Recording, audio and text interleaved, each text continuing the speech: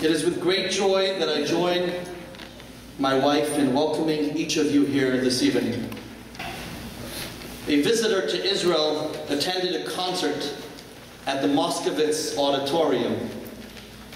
He was quite impressed at the architecture and the acoustics. He inquired of the tour guide, "Is this magnificent auditorium named after Chaim Moskowitz, the famous Talmudic scholar?" "No," replied the guide. "It's named after Morris Moskowitz, the writer. Never heard of him. What did he write?" A check. "A check," answered the guide.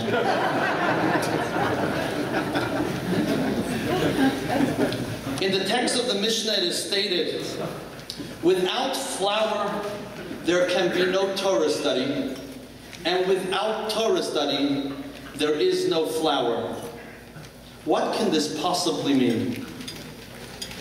You see, the world is made up of many different kinds of people. There are those whose natural inclination and physical makeup lend itself to physical work. Without such people, the teachings of the Torah and the values of Judaism simply would cease to exist.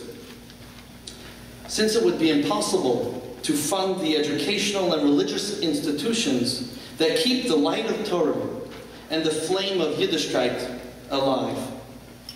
But equally, my friends, since the purpose and foundation of the world is the observance of Torah and Yiddishkeit, being a light upon the nations, without its study, it would be impossible for us to survive. When we began to establish Chabad of Old Japan and a Jewish presence in our community, we realized that in order to be successful, we needed both flour and Torah.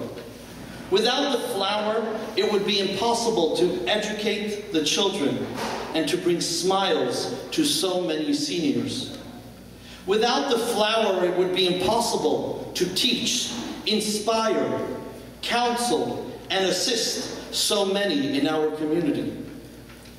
Without the flour, without the blessings of the Almighty, and without the financial assistance of so many caring individuals, many of whom are sitting here this evening, our goals would have simply been impossible to achieve. So this evening, as we celebrate our 6th anniversary, I turn to our esteemed honorees, Dan and Michal Drullich, and Fred Bowden, to our chairman, and to each and every one of you, and I say thank you. Thank you for your friendships. Thank you for your moral and financial support. And thank you for being our partners in making the love and warmth of Judaism and the teachings of the Torah a reality in this community. Friends, I would like to mention our dear Rebbe, Rabbi Schneerson, whose wisdom and inspiration guides us and inspires us to continue our efforts on behalf of this community. In a week and a half, on the Hebrew date of Gimel Tammuz, the 3rd of Tammuz, it will be the 18th anniversary of the Rebbe's passing. 18 in Hebrew is Chai, which means life.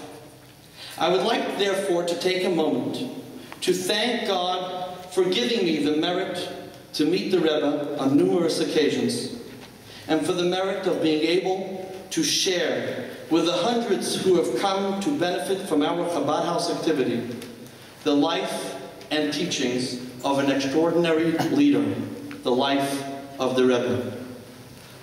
In December 1988, my class, a group of approximately 10 boys from London, England, traveled together with our teacher to New York to receive the Rebbe's blessings for our bar mitzvah. Of course, we enjoyed seeing the Statue of Liberty, the Twin Towers, and the many other wonderful New York City sights. But for us yeshiva boys, the highlight of our trip was joining the Rebbe for his daily prayers and receiving his personal blessings, accompanied by $1 to be given to charity. Naturally, we would keep the Rebbe's dollar and give its equivalent to charity.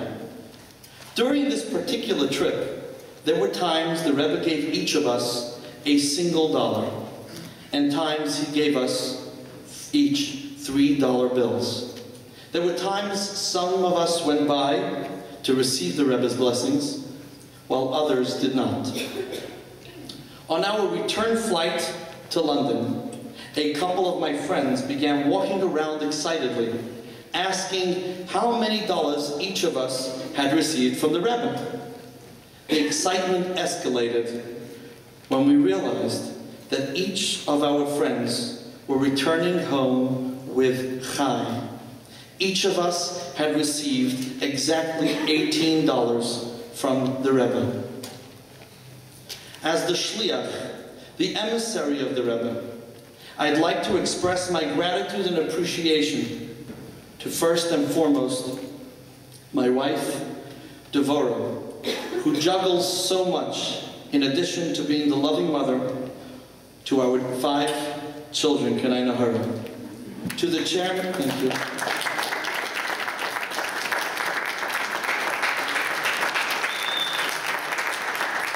To the chairman, to the staff of the Old Tappan Manor, to the caterer, to the musician, photographer, to tonight's comedian, and to all of you for your efforts in making tonight's gala a tremendous success.